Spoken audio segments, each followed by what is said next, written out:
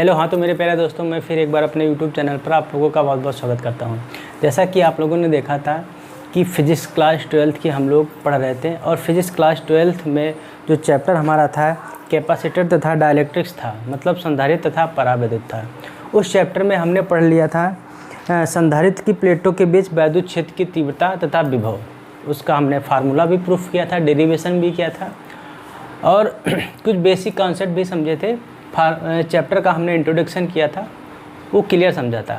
तो आज उसी के आगे हम लोग कंटिन्यू करते हैं। अगर हमारी इस वीडियो पर आप नए हो तो सबसे पहले पुरानी वीडियो को ज़रूर देखें, ताकि बीच में थोड़ा सा समझ में कम आएगा। आप स्टार्टिंग से देखेंगे तो ज़्यादा समझ में आएगा। ठीक, तो आप लोग नोटबुक अपना निकाल लीजिए और मेरे साथ कंटिन्यू हो जाइएगा। आज का ये सेशन धांसू रहेगा, बहुत ही ज़बरदस्त रहेगा। खासकर इसमें डेरिवेशन ही रहेंगे, बहुत इंपॉर्टेंट डेरिवेशन है जो आपके यूपी बोर्ड से बहुत सारे बिलोंग करते हैं। ठीक, मैं उन डेरिवेशन की चर्चा करूंगा जो आपके बोर्ड से बहुत ही इंपॉर्टेंट होने वाले हैं। क्लियर? तो आइए हम मेरे साथ हेडिंग लगाइए सभी लोग। समांतर प्लेट संधारित्र की धारिता। आज की हेडिंग जो हमारी रहेगी समांतर प्लेट संधारित्र की धारिता। संधारित्र की धारिता है ये आज हमारी हेडिंग रहेगी। बहुत ही धांसू है, बहुत ही न्यूमेरिकल इससे मिलते हैं देखने को। इस चैप्टर से बहुत ही न्यूमेरिकल हैं। न्यूमेरिकल की तो मैं बौछार करा दूंगा, पहले इसकी थ्योरी हो जाने दीजिएगा। फिर मैं एक कुमार मित्तल की बुक से न्यूमेरिकल कराऊंगा, कोई न्यूमेरिकल नहीं छोड़ेंगे। खासकर आपके यूपी बोर्ड में देखने को मिलता है डेरिवेशन और न्यूमेरिकल। थ्योरी तो आप याद भी कर सकते हैं, याद करके लिख सकते हैं, लेकिन डेरिवेशन और न्यूमेरिकल याद नहीं किया जा सकते हैं। इनके लिए चाहिए प्रैक्टिस। प्रैक्टिस कब होगी? जब आप अच्छे से पढ़ेंगे तभी प्रैक्टिस हो पाएगी। और मेरे साथ आप लोग अपना नोट्स बुक जिस पे बनाते हैं फेयर कॉपी, उस पर आप ज़रूर लिखें, ठीक है, ताकि ये आपको बहुत ही हेल्प करने वाला है। हाँ, तो आज की हेडिंग रहेगी समांतर प्लेट संधारित्र की धारिता। ठीक, देखिए समांतर प्लेट संधारित्र की धारिता क्या है। हमने धारिता बता दी है आपको, वैद्युत धारिता किसे कहते हैं, संधारित्र बता दिया है, ये सब क्या है। ठीक, आज हम पढ़ाएंगे आपको समांतर प्लेट संधारित्र की धारिता। ठीक, देखिए हमारे पास दो प्लेटें हैं भाई। एक प्लेट हमारे पास ये है, ठीक है, ये प्लेट हमारे पास धनावेशित है जिस पर q आवेश वितरित है एक समान रूप से। ये प्लेट हमारे पास कौन सी है? ये प्लेट ऋणावेशित है। दोनों समान प्रकार की प्लेटें हैं, कैसी हैं परंतु विपरीत हैं। इस पर आवेश क्या है? -q। ठीक, पहली प्लेट का हम मानते हैं एरिया A है, दूसरी प्लेट का भी क्षेत्रफल क्या मानते हैं? A है। ठीक, दोनों प्लेटों के बीच की दूरी हम मान लेते हैं d है। बात समझ में आ रही है? दोनों प्लेटों के बीच की दूरी क्या मान लेते हैं? d मान लेते हैं। इतनी बात समझ गए? अब देखो ये जो मैंने बनाया है, ये डायग्राम जो बनाया है, छोटा सा डायग्राम है, सुंदर सा, ब्यूटीफुल। हाँ, इसके बारे में मुझे लिखना पड़ता है। अच्छा, लिखेंगे क्या? हम लिखते ये हैं, माना समांतर प्लेट संधारित्र के प्रत्येक प्लेट पर आवेश समान तथा विपरीत प्रकार का है। प्रत्येक प्लेट का क्षेत्रफल A है। क्लियर हुई? दोनों प्लेटों के बीच की दूरी क्या है? d है। ठीक, दोनों प्लेटों के बीच की दूरी क्या है? d है। और हमें प्लेटों के बीच क्या निकालना है? धारिता ज्ञात करनी है। क्या निकालना है? धारिता ज्ञात करनी है। तो हम लिखते हैं, आप भी मेरे साथ अपनी कॉपी पे जरूर लिखें। माना किसी समांतर प्लेट, क्या लिखेंगे? माना किसी समांतर प्लेट संधारित्र के प्रत्येक प्लेट का आवेश, प्रत्येक प्लेट पर, ऐसे लिखना, प्रत्येक प्लेट पर आवेश समान, क्या लिखेंगे? प्रत्येक प्लेट पर समान आवेश, समान परंतु विपरीत प्रकार का, समान या बराबर, कुछ भी लिख सकते हो, बराबर परंतु विपरीत प्रकार का है। जो प्लेटें हमारे पास, दो प्लेटें हैं, इन प्लेटों पर समान आवेश है, परंतु कैसा है? विपरीत प्रकार का है। ठीक है, प्रत्येक प्लेट का क्षेत्रफल क्या? प्रत्येक प्लेट का क्षेत्रफल, क्षेत्रफल A है। ठीक है, क्या है? A है। दोनों प्लेटों के बीच की दूरी स्मॉल डी है, ठीक है। दोनों प्लेटों के बीच की दूरी स्मॉल डी है, ठीक है। प्लेटों के बीच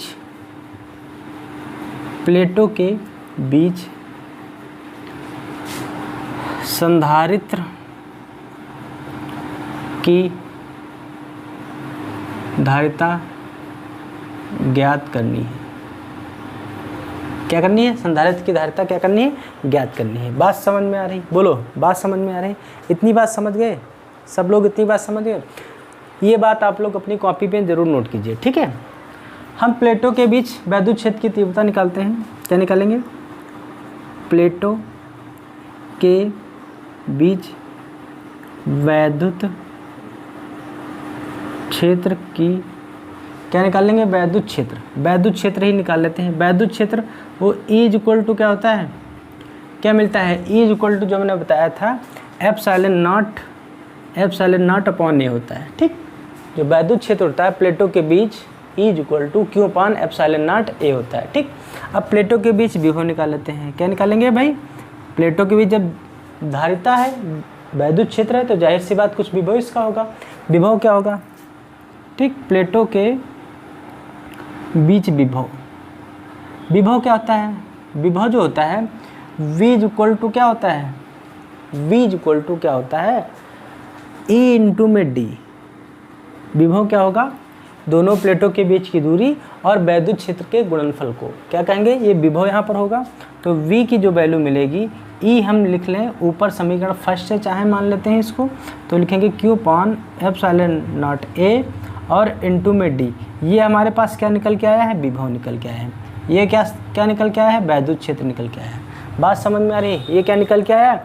वैद्युत क्षेत्र निकल के आया है। हमें निकालना क्या है? प्लेटों के बीच धारिता। क्या निकालनी है? प्लेटों के बीच धारिता, है ना। तो लिखेंगे समांतर प्लेट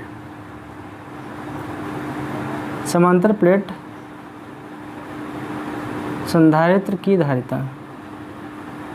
क्या निकालेंगे? समांतर प्लेट संधारित्र की धारिता। अच्छा, वो क्या होती है? C इक्वल टू क्या होता है? C equal to Q upon V होता है। C इक्वल टू क्या होता है? Q upon V। तो देखिए ये हो जाएगा Q, हो जाएगा D, है ना। C equal to Q upon V हो जाएगा। अब ये पूरी वैल्यू हमें रखना है कहाँ पे? V के स्थान पे। तो ये हो जाएगा एप्सिलॉन नॉट A अपॉन में क्या हो जाएगा? अपॉन में क्या हो जाएगा भाई? अच्छा, उल्टा हो गया थोड़ा सा, ऐसे लिखिएगा Q अपॉन C के स्थान पे ये वाली वैल्यू, तो Q D upon epsilon not A। ये Q से Q कैंसिल हो गया, तो C इक्वल टू जो बच रहा है ये ऊपर चला जाएगा तीसरा पद, तो हो जाएगा एप्सिलॉन नॉट A अपॉन में क्या हो जाएगा? D। ये क्या मिली है? समांतर प्लेट संधारित्र की धारिता। ये क्या मिली भाई? समांतर प्लेट संधारित्र की धारिता। हाँ, नोट कीजिए, इस फार्मूले को नोट कीजिए, फटाफट नोट कीजिए।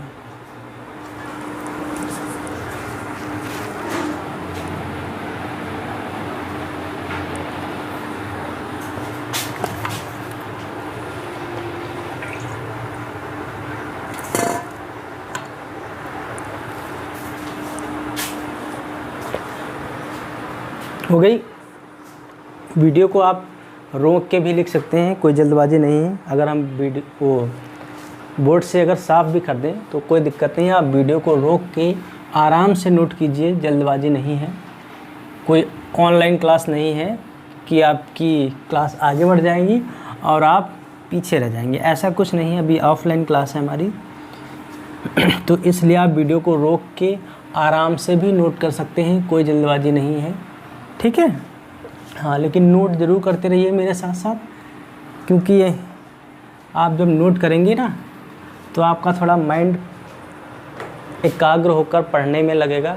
अन्यथा आपके दिमाग में कहीं ये पबजी की बात आ रही, कहीं वो टिकटॉक की, ऐसी वैसी बातें आती रहती हैं, ठीक है। हाँ, ये हो गई। अगली हेडिंग आप लोग लिखिए हमारे पास, समांतर प्लेट। क्या लिखिए? सभी लोग हेडिंग लगाइए, समांतर प्लेट संधारित्र की धारिता। समांतर प्लेट संधारित्र की धारिता जब उनके बीच आंशिक रूप से परावैद्युत पदार्थ भरा हो। ये क्या है भाई? ये हेडिंग है। ये क्या है? हेडिंग है। अरे आप तो घबरा गए होंगे हेडिंग देख के कि जिसकी हेडिंग इतनी बड़ी उसका सॉल्यूशन कितना बड़ा होगा। बहुत सिंपल सॉल्यूशन है, मेरे साथ देखिए। समांतर प्लेट संधारित्र की धारिता, समांतर प्लेट संधारित्र की धारिता जब उनके बीच आंशिक रूप से परावैद्युत पदार्थ भरा हो, ये कह रही हेडिंग। ठीक, तो देखते हैं, हम बनाते हैं। देखिए ये हमारे पास प्लेट एक है और ये पास हमारे पास दूसरी प्लेट है। ठीक है, ये प्लेट हमारी कैसी है? ये धनावेशित प्लेट है, जब बात समझते जाना। ये हमारे पास कौन सी है? ऋणावेशित प्लेट है। ठीक है, दो प्लेटें हैं, समान प्रकार की हैं, परंतु आवेश कैसा है? विपरीत है। इसका आवेश क्यों है? इसका आवेश माइनस क्यों है? इसका क्षेत्रफल ए है, इसका क्षेत्रफल क्या है? ए है। ठीक, दोनों प्लेटों के बीच की दूरी क्या है?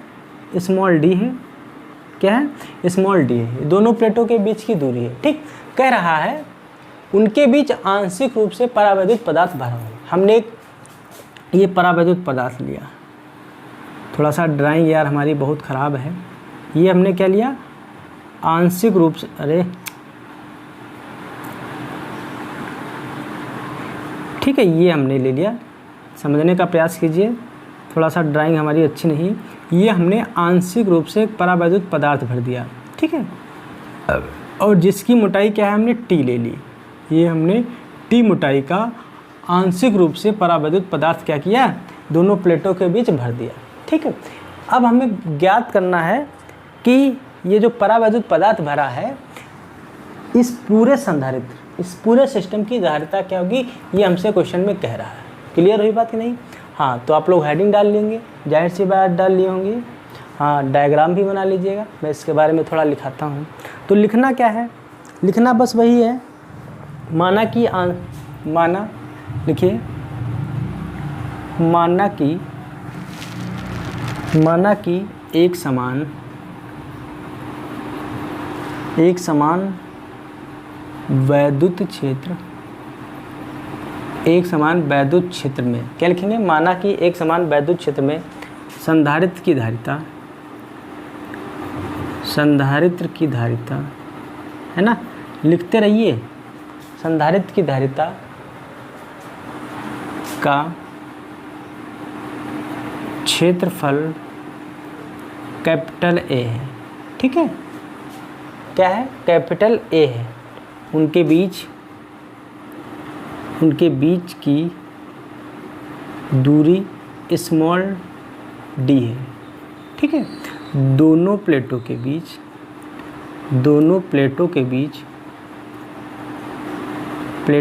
बीच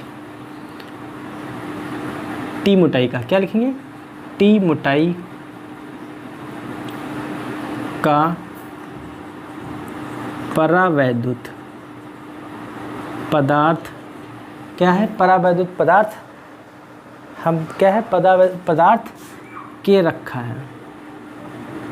परावैद्युत पदार्थ क्या है? के रखा है। जो परावैद्युत पदार्थ है ये टी मोटाई का है, लेकिन इसका हम नाम दे देते हैं के। क्या नाम दे देते हैं भाई?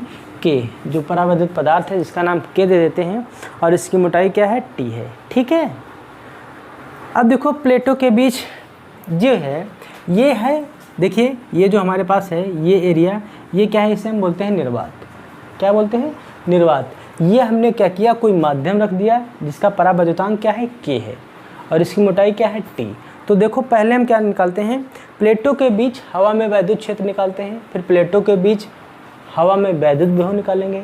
ठीक, फिर इस जो टी मोटाई का परावैद्युत पदार्थ रखा है इसकी हमें वैद्युत क्षेत्र की तीव्रता निकालनी पड़ेगी या वैद्युत क्षेत्र निकालना पड़ेगा, फिर इसका विभव निकालना पड़ेगा। तो हम लोग लिखते हैं, मेरे साथ देखिए क्या लिखते हैं? प्लेटों के बीच हवा में वैद्युत क्षेत्र, ऐसे लिखेंगे।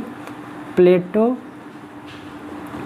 के बीच हवा में, कहाँ? हवा में वैद्युत क्षेत्र।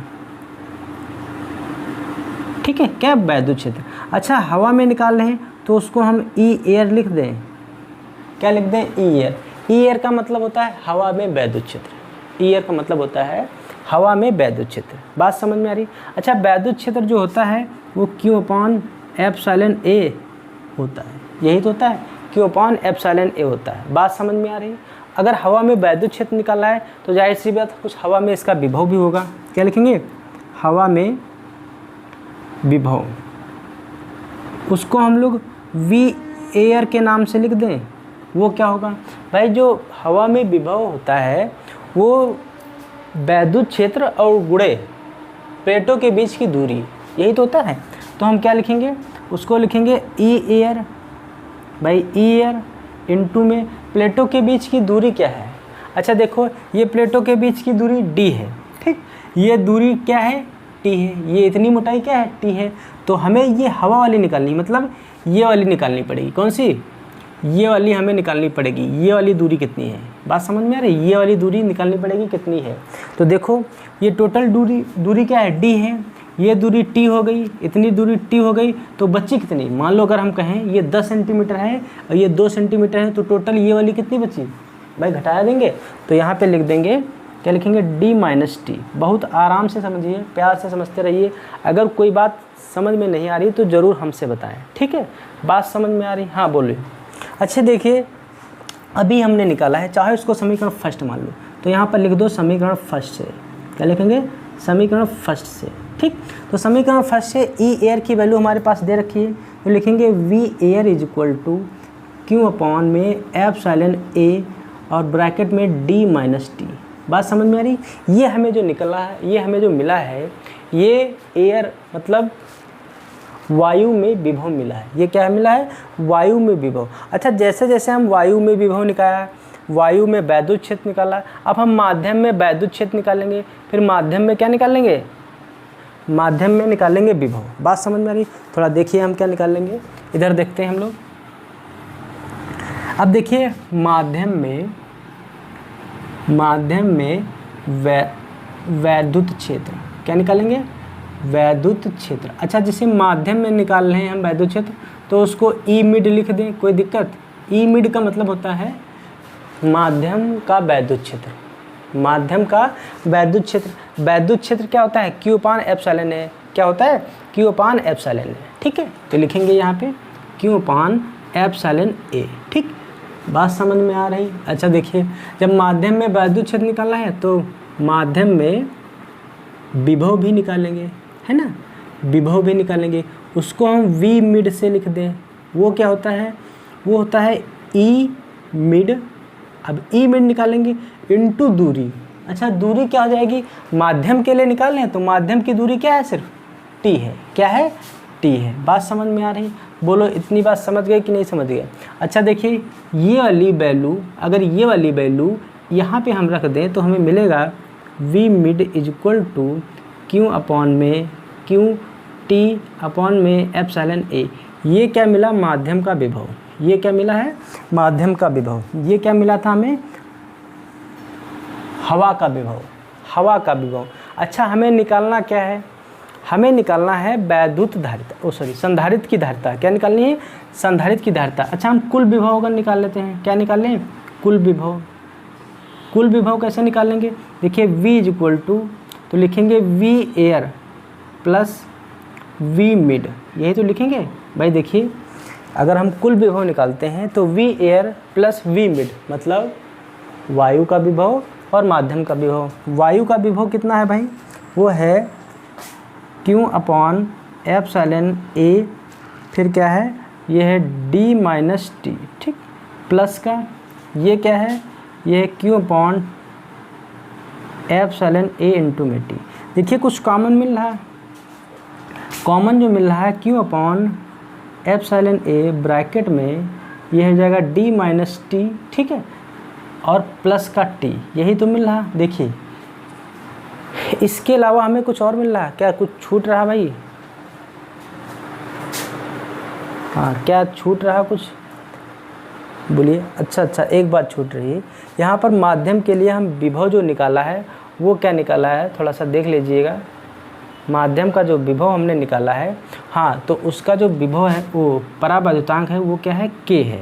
उसका जो परावैद्युतांक है वो क्या है? के है। तो यहाँ पर भाई के लिख लीजिएगा बस, और कोई दिक्कत नहीं है। तो यहाँ पर क्या हो जाएगा? के हो जाएगा।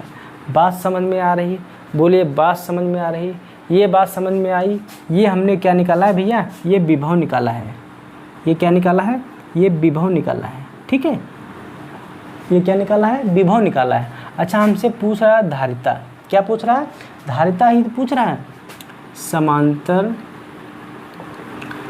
प्लेट संधारित्र की धारिता, ठीक है, वो C=Q/V में होती है, ठीक। तो C=Q/V की वैल्यू ये है Q/में ε/A ब्रैकेट में हो जाएगा D-T प्लस का T/K। बात समझ में नहीं, ये Q से Q क्या हो जाएगा, ये Q से Q क्या हो जाएगा, कैंसिल हो जाएगा। तो इसको हम ये भी लिख सकते हैं C=1 हो जाएगा D-T प्लस का T/K, ये क्या हो जाएगा T/K, और नीचे में क्या हो जाएगा ε/A। ये तीसरा पद इसके गुणे में हो जाएगा, C= हो जाएगा भाई ε/A में हो जाएगा D-T प्लस का T/K। ये क्या मिलेगा हमें, ये धारिता मिली है, क्या मिली है, ये मिली धारिता। बात समझ में आ रही, ओ हाँ सही है, बात समझ में आ रही। ये हमें क्या मिली है, धारिता मिली है, कहाँ, प्लेटों पर संधारित्र की धारिता, ठीक है। हाँ इसको आप ऐसे भी लिख सकते हैं, कोई दिक्कत नहीं, आप ऐसे भी लिख सकते हैं, ठीक है। नोट कीजिए, बहुत इंपॉर्टेंट डेरिवेशन है। आज की क्लास में सिर्फ और सिर्फ डेरिवेशन ही कराएंगे, कोई न्यूमेरिकल नहीं है, ज़्यादा कोई थ्योरी नहीं है, सिर्फ डेरिवेशन है जो कि बहुत इंपॉर्टेंट है। नोट कीजिए फटाफट।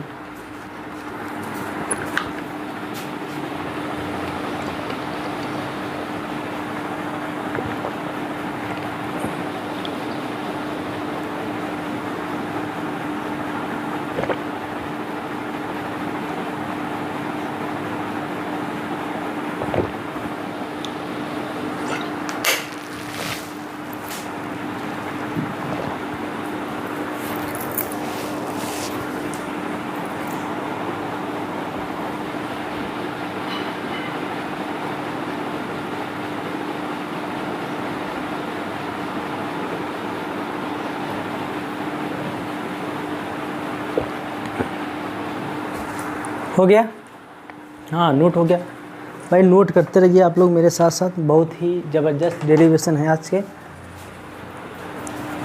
नोट कीजिए फटाफट, अगर हम मिटा दें तो वीडियो को रोक के भी आप लोग नोट कर सकते हैं, कोई जल्दबाजी नहीं, आराम से पढ़िए फिज़िक्स, ठीक है। हाँ लेकिन जो पढ़िएगा वो सॉलिड पढ़िएगा, समझ में आना चाहिए, कुल मिला के जो पढ़ें हम वो समझ में आना चाहिए, ठीक है, ठीक। अगली हेडिंग मेरे साथ लिखिएगा, संधारित्रों का संयोजन। संधारित्रों का संयोजन, ठीक है। संधारित्रों का संयोजन, संधारित्रों का संयोजन में सबसे फर्स्ट हेडिंग लिखिएगा आप लोग, इन सीरीज कॉम्बिनेशन। पहला है श्रेणी क्रम, श्रेणी क्रम में संयोजन, श्रेणी क्रम में संयोजन मतलब संधारित्र या धारिता को हम श्रेणी क्रम में कैसे जोड़ते हैं, ठीक है। देखते हैं, आइए बनाते हैं इसका डायग्राम हम लोग। ये हमारे पास एक C1 है, ये हमारे पास C2 है, ये C3 है, ठीक है। ये क्या है, ये धारिताएं हैं, ठीक। थोड़ा सा इसका डायग्राम समझिएगा आप लोग।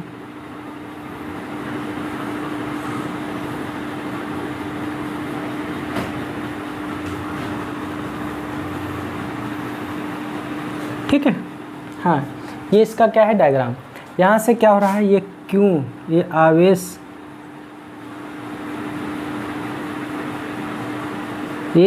क्यों प्रवाहित हो रहा है, ये बैटरी लगी है, ठीक। बात समझ में आ रही, ये क्या है, बैटरी लगी है। ये इसकी धारिता C1 है, ये इसकी धारिता C2 है, और ये इसकी धारिता क्या है, C3 है, ठीक। हाँ तो पहली जो प्लेट का हम विभव मान लेते हैं वो V1 मान लेते हैं, क्या मान लें, V1 मान लें। तो दूसरी प्लेट का विभव मान लेते हैं वो V2 मान लेते हैं हम, और तीसरी प्लेट का जो विभव मान लें वो V3 मान लेते हैं, ठीक है। बात समझ में आ रही, पहली प्लेट का जो विभव है वो V1 है, दूसरी प्लेट का जो विभव है वो V2 है, और तीसरी प्लेट का विभव जो है वो V3 है। पहली प्लेट पर धारिता क्या है, C1 है, दूसरी प्लेट पर धारिता C2 है, तीसरी प्लेट पर धारिता क्या है, C3 है, ठीक। ये हमने श्रेणी क्रम में अच्छा, श्रेणी क्रम में जो सेल जुड़े होते हैं वो एक के साथ दूसरा सेल जुड़ा होता है। मतलब ऐसे, जैसे ये जुड़ा है और ये ऐसे जुड़ा है, ये जुड़ा है, ये जुड़ा है और ऐसे जुड़ा है, ये श्रेणी क्रम होता है संयोजन। श्रेणी क्रम में सेलों को जोड़ने का तरीका हमारा एक के साथ दूसरा सेल जुड़ा होता है। जैसे कि देखिए, ये पहला है, फिर ये दूसरा, ठीक है, फिर ये तीसरा सेल जुड़ा है, तो एक के साथ दूसरा, एक चैन के रूप में, चैन के फॉर्म में श्रेणी क्रम में सेल जुड़े होते हैं। क्लियर? ठीक है, बात समझ में आ रही? हाँ, तो इसके बारे में थोड़ा लिखना, हमें थोड़ा क्या लिखेंगे, माना 3 संधारित्र, ये हमारे पास 3 संधारित्र हैं, क्या लिखेंगे, माना 3 संधारित्र, 3 संधारित्र जिनकी धारिताएं C1, C2, C1, C2 व C3 हैं। ठीक है, जिनकी धारिताएं क्या हैं, C1, C2, C3 हैं। तीनों को श्रेणी क्रम में जोड़कर रखा गया है। कहाँ रखा गया है? श्रेणी क्रम में जोड़कर क्या किया गया है, रखा गया है। बात समझ में आ रही? बोलिए, इतनी बात समझ में आ रही? ठीक है, बात समझ में आ रही? हाँ, फिर प्रत्येक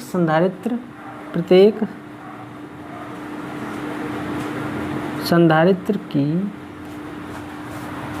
पहली प्लेट को क्या, पहली प्लेट को प्लस क्यू आवेश, क्या, पहली प्लेट को प्लस क्यू आवेश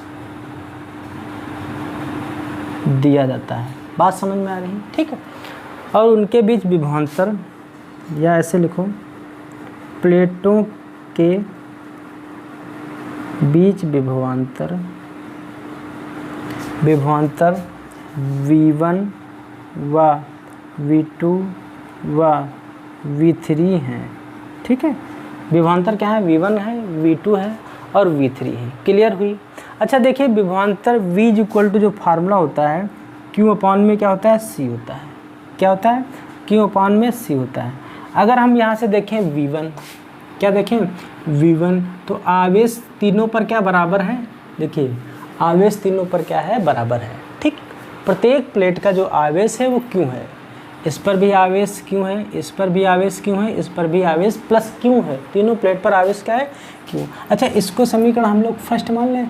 ठीक, अगर हम दूसरी प्लेट के लिए देखें, मतलब V2 के लिए देखें, तो V2 के लिए देखें तो यहाँ पर आवेश का मान तो यहाँ Q ही रहेगा, लेकिन धारिता क्या हो जाएगी, C2 हो जाएगी। यहाँ पर धारिता क्या है, C2 है। ये समीकरण क्या होगी, सेकंड हो गई। अगर हम तीसरी प्लेट के लिए देखें तो आवेश का मान Q ही रहेगा, धारिता क्या हो जाएगी, 3 हो जाएगी, मतलब C3 हो जाएगी। बात समझ में आ रही? ये तीनों हमें विभव मिल गए हैं। क्या मिल गए हैं? तीनों विभव मिल गए हैं। बात समझ में आ रही? बोलिए, यहाँ तक बात समझ में आए? अच्छा, जब 3 विभव मिले हैं तो इनका कुल विभव भी निकाल सकते हैं। क्या निकाल लें? कुल विभवांतर, विभवांतर वो क्या हो जाएगा, V = V1 + V2 + V3। ठीक है, क्या हो जाएगा, V3। बात समझ में आ रही?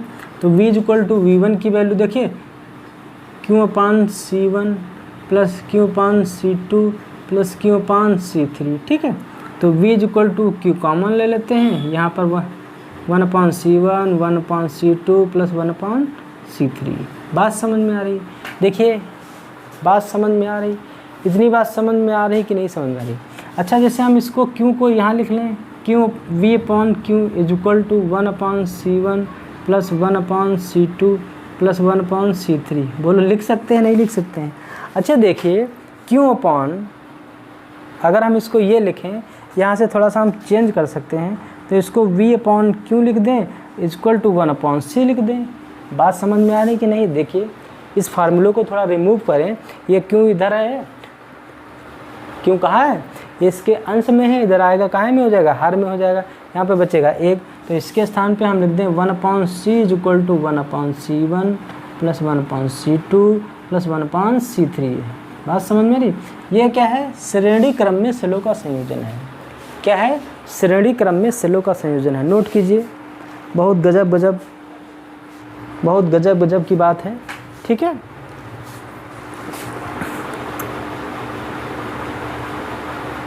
नोट कीजिए फटाफट।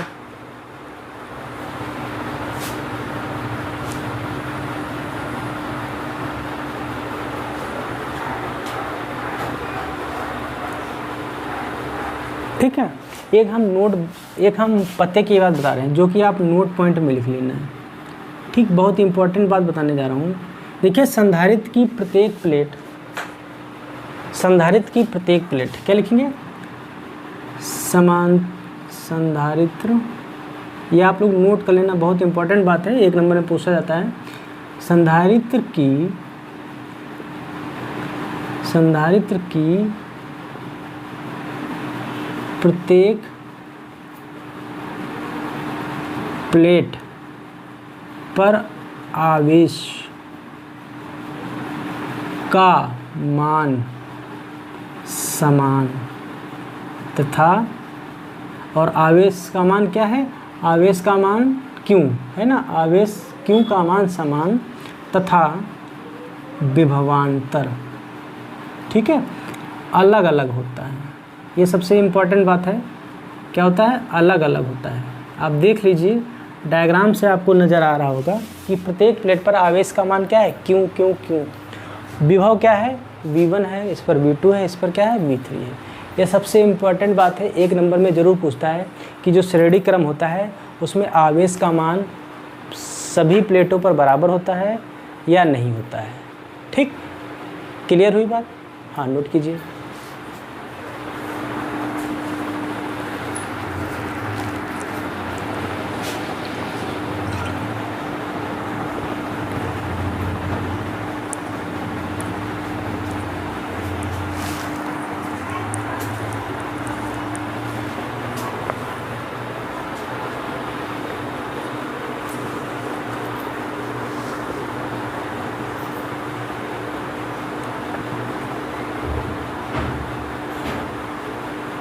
ठीक है भाई, नोट हो गया? हाँ, ठीक।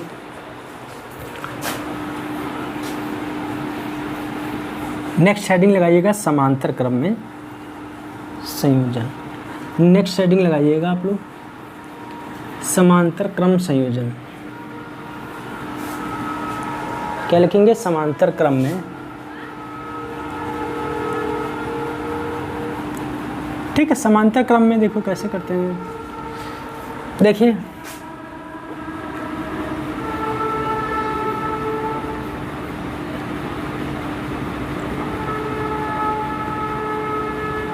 हम डायग्राम बना रहे हैं, थोड़ा डायग्राम आप लोग भी बनाइएगा।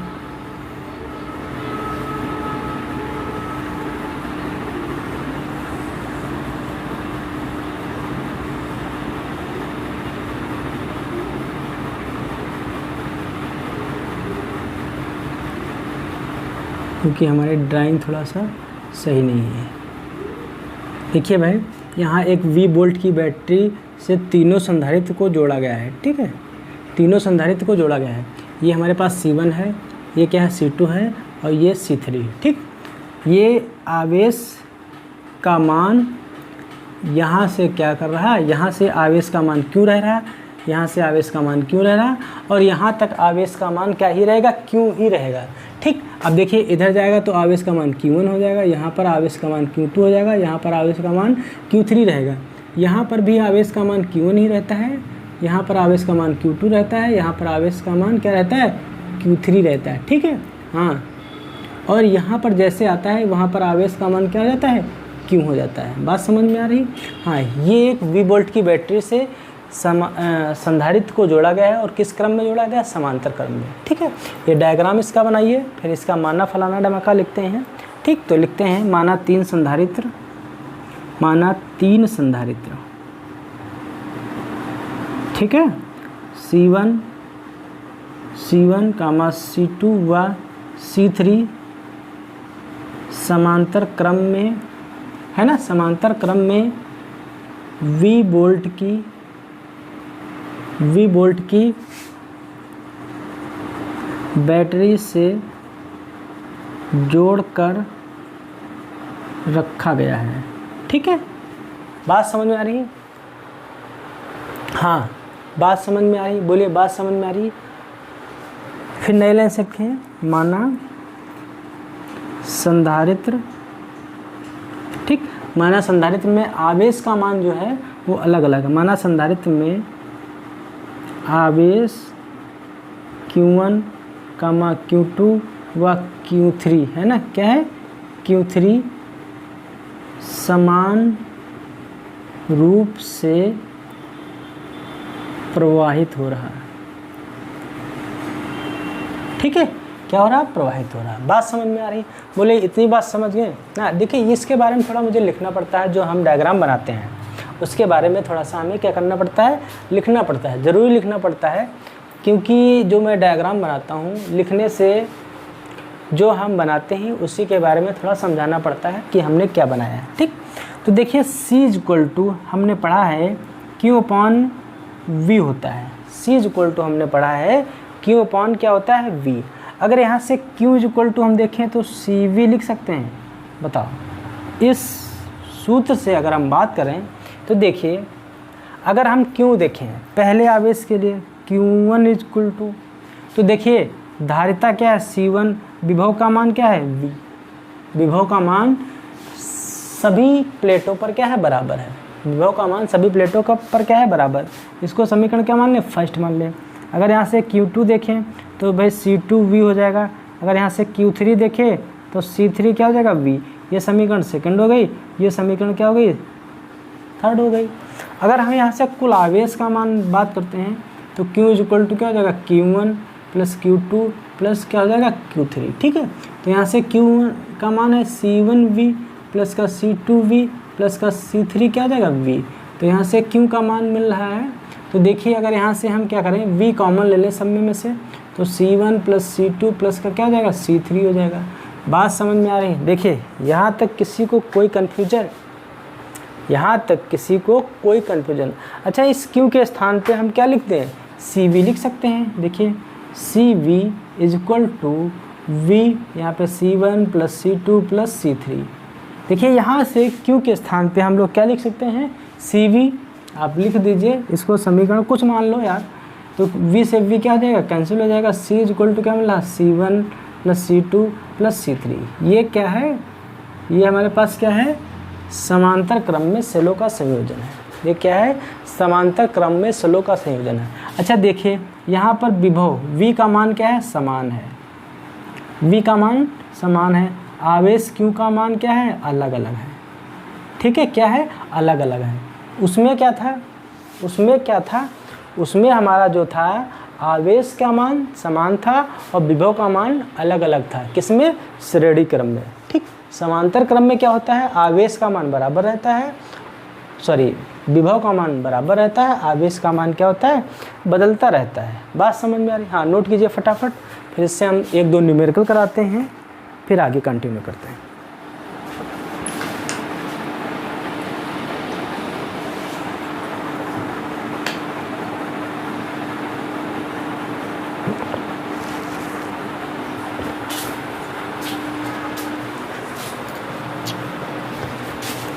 ठीक है, नोट हो गया? हाँ,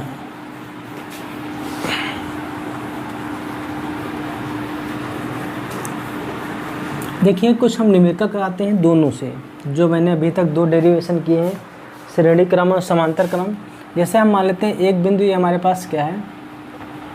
ये A है और ये क्या है? B है। ये हमने सेल जोड़ दिया है S से। ठीक है, यहाँ पर जो वैल्यू दे रखी है वो 1 माइक्रोफैरड दे रखी है। यहाँ पर कितनी दे रखी है? यहाँ पर भी 1 माइक्रोफैरड दे रखी है। क्वेश्चन कह रहा है कि A व B के बीच तुल्य धारिता, A व B के बीच तुल्य धारिता, ये क्वेश्चन कह रहा है। A व B के बीच तुल्य धारिता। अच्छा, पहले समझो, जो 1 माइक्रोफैरड है और ये 1 माइक्रोफैरड है, ये किस क्रम में लगे हैं? ये किस क्रम में लगे हैं? पहले ये समझो, ये किस क्रम में लगे हैं? ये किस क्रम में लगे हैं? आप लोग थोड़ा सा बताइए, इस किस क्रम में लगे हैं? देखिए, श्रेणी क्रम में क्या होता है कि एक सेल दूसरे सेल से श्रेणी क्रम में ऐसे जुड़ा होता है। एक सेल जस्ट दूसरे सेल से क्या होता है, कनेक्ट होता है। यहाँ पर कुछ ऐसी कंडीशन है, ये बिंदु ए है, ये बिंदु बी है, एक सेल यहाँ पर लगा है और दूसरा सेल यहाँ पर लगा है, तो जाहिर सी बात है श्रेणी क्रम नहीं हो सकता है। अगर श्रेणी क्रम नहीं हो सकता है तो हो किस क्रम में सकता है, समांतर क्रम में हो सकता है। तो लिखेंगे चूँकि, क्या लिखेंगे, चूँकि 1 माइक्रोफैरड है ना, वह 1 माइक्रोफैरड समांतर क्रम में है।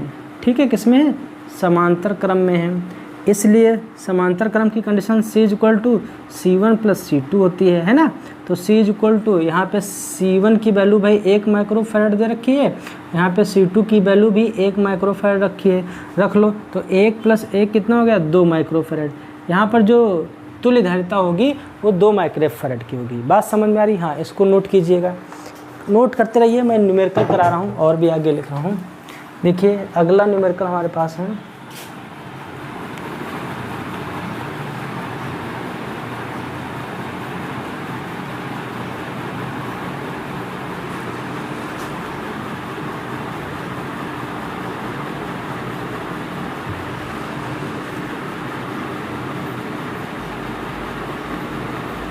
ये सब लगे हैं, ये 4 माइक्रोफैरड का है, ये भी 4 माइक्रोफैरड का है, ये भी 4 माइक्रोफैरड का है, ये भी 4 माइक्रोफैरड का है, और ये 2 माइक्रोफैरड का है, और ये 2 माइक्रोफैरड का है।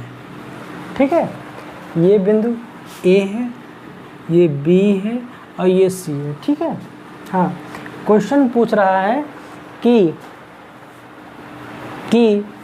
ए व बी के बीच तुल्य धारिता ज्ञात कीजिए। इनकी क्या तुल्य धारिता निकालनी है, क्या निकालनी है, तुल्य धारिता निकालनी है।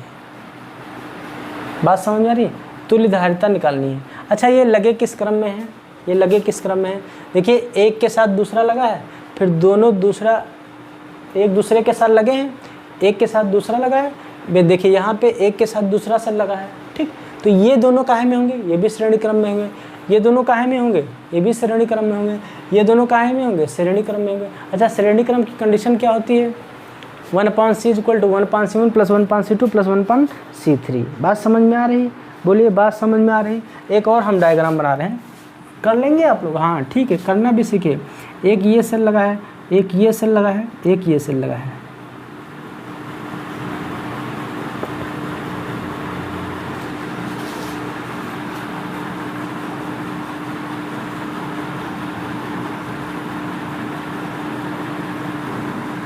ये ए है, ये बी है। ठीक है, इसके बीच 1 माइक्रोफैरड, इसके बीच 1 माइक्रोफैरड, क्या है 1 माइक्रोफैरड, इसके बीच 1 माइक्रोफैरड का लगा है। फिर कह रहा है इन ए व बी के बीच तुल्य धारिता ज्ञात कीजिए, ए व बी के बीच तुल्य धारिता ज्ञात कीजिए। अच्छा हमने बताया श्रेणी क्रम जो बताया है। अच्छा देखिए अगर आवेश यहाँ से गुजर रहा है, आवेश यहाँ से क्यों गुजर रहा है, तो अगर कुछ आवेश ऊपर भी तो जाएगा और कुछ नीचे भी जाएगा, तो कुछ यहाँ पर जाएगा, तो यहाँ पर Q1 हो जाएगा, यहाँ पर क्या हो जाएगा Q2 हो जाएगा, यहाँ पर क्या हो जाएगा Q3। ऐसी कंडीशन किस में मिली थी, ऐसी कंडीशन किस में मिली थी, हमें समांतर क्रम में मिली थी। आवेश का मान क्या होता है, अलग अलग होता है। तो समांतर क्रम में होती क्या है, C= क्या होती है, C= condition C1 + C2 + C3। तो 1 + 1 + 1 कितना हो जाएगा, 3 माइक्रोफैरड। इसका जो आंसर होगा वो कितना हो जाएगा, 3 माइक्रोफैरड का होगा। बात समझ में आ रही। ऐसे बहुत सारे न्यूमेरिकल हैं जो मैं आपको कराता रहूँगा टाइम टू टाइम। पहले चैप्टर कंप्लीट करा दीजिए, फिर आप कहेंगे सर जी अब बस करो, न्यूमेरिकल बहुत हो गए। क्या कहेंगे, सर जी बस करो, बहुत न्यूमेरिकल करा ले आपने, आप तो न्यूमेरिकल बहुत ज़्यादा करवाते हैं, है ना, बहुत ज़्यादा न्यूमेरिकल करवाते हैं। आप ये कहेंगे कि न्यूमेरिकल सर जी आप बहुत ज़्यादा करवाते हैं। ठीक है, हाँ अगली आप लोग हेडिंग लगाइए मेरे साथ, किसी चालक की वैद्युत स्थितिज ऊर्जा। क्या लिखिए, किसी चालक की वैद्युत स्थितिज ऊर्जा। हेडिंग लगाइए फटाफट, किसी चालक की वैद्युत स्थितिज ऊर्जा। ठीक है, देखिए हमारे पास भाई एक चालक है, ये इस चालक को हमने क्या किया, आवेश क्यों दिया। ठीक, अगर आवेश क्यों देंगे तो कुछ कार्य करना पड़ेगा, कार्य करने पर जो हमें मिलेगा वो हम मान लेते हैं, हमें क्या मिलेगा, विभव भी प्राप्त होगा। ठीक है, बात समझ में आ रही? किसी चालक को जब हम आवेशित करेंगे तो कुछ मिलता है। मिलता क्या है? जो मिलता है वही हमें ऊर्जा के फॉर्म में मिलता है। जो हम करते हैं, कार्य जो करते हैं, आवेश देते हैं, ये कार्य होता है। और जो आवेश देने के बाद जो हमें प्राप्त होता है वो क्या होता है? एक ऊर्जा का रूप होता है। तो डेफिनेशन क्या लिखते हैं? किसी चालक को, आप लोग भी लिखिए, किसी चालक को क्या लिखेंगे? किसी चालक को, है ना, आवेशित करने के लिए क्या लिखेंगे? किसी चालक को आवेशित करने के लिए जो कार्य किया जाता है, जो कार्य किया जाता है वही कार्य ऊर्जा के रूप में प्राप्त होता है। ठीक है, जिसे चालक की वैद्युत स्थितिज ऊर्जा कहते हैं, जिसे चालक की वैद्युत स्थितिज ऊर्जा कहते हैं। और इसे भाई कैपिटल यू से क्या करते हैं? प्रदर्शित करते हैं। बात समझ में आ रही है? इसे कैपिटल यू से प्रदर्शित करते हैं। मात्रक हम बात करते हैं। देखिए इसके मात्रक की, जो मात्रक होता है वो क्या होता है? कार्य का मात्रक क्या होता है? जूल। और दूसरा मात्रक क्या होता है? अर्ग भी होता है। ये भी याद रखना, क्या होता है? अर्ग होता है। ठीक है, ये मात्रक होता है। हाँ, आपसे पूछ ले अगर एक EV = 1.6 × 10⁻⁻19 जूल बताना, क्योंकि EV इलेक्ट्रॉन वोल्ट में पूछ रहा है और यहाँ पे ऊर्जा के टर्म्स में बात की जा रही, तो क्या हो जाएगा? मात्रक जूल हो जाएगा। ठीक है। हाँ, अब इसके सूत्र का निगमन कैसे करेंगे? तो हेडिंग लिखिए, सूत्र का निगमन। सूत्र का निगमन, देखिए सूत्र का निगमन क्या है? जब किसी चालक को आवेश क्यों दिया जाता है, क्या लिखेंगे? माना किसी चालक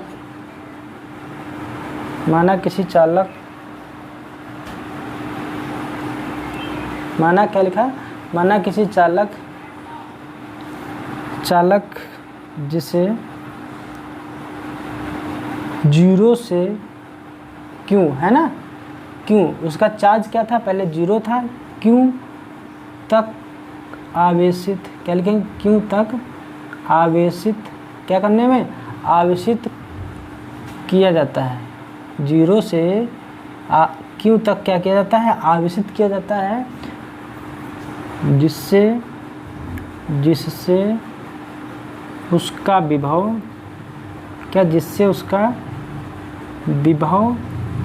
V हो जाता है। क्या हो जाता है?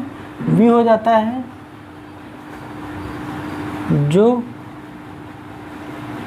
कार्य करना पड़ेगा। ठीक है, जो कार्य करना क्या पड़ेगा। ठीक है, तो देखते हैं चालक का औसत विभव क्या है। क्या लिखेंगे? चालक का औसत विभव। ठीक, तो औसत विभव क्या होता है? कुल पदों का योग बटे पदों की संख्या, औसत, है ना। तो विभव क्या था? 0 से था, कहाँ तक? V तक, और बटे कितना हो जाएगा? 2। तो जो औसत विभव निकल के आया है हमारे पास, वो क्या निकल के आया है भाई? V/2। क्या निकल के आया है? V/2। ये क्या निकल गया? औसत विभव। अच्छा, किया गया कार्य देख लेते हैं। किया गया कार्य क्या होता है? W = होता है V × में Q, हमें लगता है यही तो होता है, V × में Q। तो अगर W = देखें, V के स्थान पे क्या लिखेंगे? 1/2। हम इसे लिख सकते हैं क्या, है ना, V/2 × में QV। ये क्या होगा? किया गया कार्य काहे में हो जाएगा? जूल में। ये क्या है? किया गया कार्य काहे में होगा? जूल में होगा। बात समझ में आ रही है? अच्छा, जो कार्य हम कर रहे हैं यही कार्य हमें क्या प्राप्त होगा? वैद्युत स्थितिज ऊर्जा के रूप में प्राप्त होगा। बात समझ में आ रही? हाँ, अब देखिए कुछ हम फार्मूले और बनाते हैं। क्या करते हैं? कुछ फार्मूले और बनाते हैं। जैसे हमने लिखा है C = या Q = CV लिख लें। Q = क्या लिख लें? CV लिख लें, है ना। तो देखिए ज़रा, अगर हम ऊर्जा का एक दूसरा रूप देखें तो 1/2 हो जाएगा। अच्छा, क्यू के स्थान पे CV लिख दें, क्यू के स्थान पे ये हो जाएगा V, और क्यू के स्थान पे क्या लिख दें CV, तो ये हो जाएगा W = 1/2, ये क्या हो जाएगा CV²। एक ये फार्मूला मिला हमें। बात समझ में आ रही? हाँ, फार्मूले कई बना सकते हैं, वो हम पे डिपेंड होता है कि हम फार्मूले कैसे कैसे बना सकते हैं। अच्छा देखो, एक फार्मूला अगर हम दूसरा देखें तो V = क्या लिखेंगे, Q/C लिखेंगे कि नहीं लिखेंगे? अच्छा देखिए, रखिए V के स्थान पे, तो W = 1/2 हो गया, ये C हो गया, इंटू V के स्थान पे Q/C लिखोगे तो क्या हो जाएगा, ये हो जाएगा Q²/C²। ये C से C क्या हो जाएगा, कैंसिल हो जाएगा, तो W = 1/2 हो जाएगा, ये हो जाएगा Q²/C। मतलब आप फार्मूले चाहे जितने बना सकते हैं, आपको कन्वर्जन आना चाहिए। ठीक है, क्या आना चाहिए, कन्वर्जन आना चाहिए। आप कितने भी फार्मूले क्या कर सकते हैं, बना सकते हैं। बात समझ में आ रही है? हाँ, नोट कीजिए भाई, फटाफट नोट कीजिए, नोट कीजिए। ठीक है, तो आज की वीडियो को हम अपनी यहीं तक बंद करते हैं, फिर नेक्स्ट डे पढ़ाएंगे। आप लोग बताना कि मुझे कमेंट बॉक्स में कैसी रही क्लास आज की।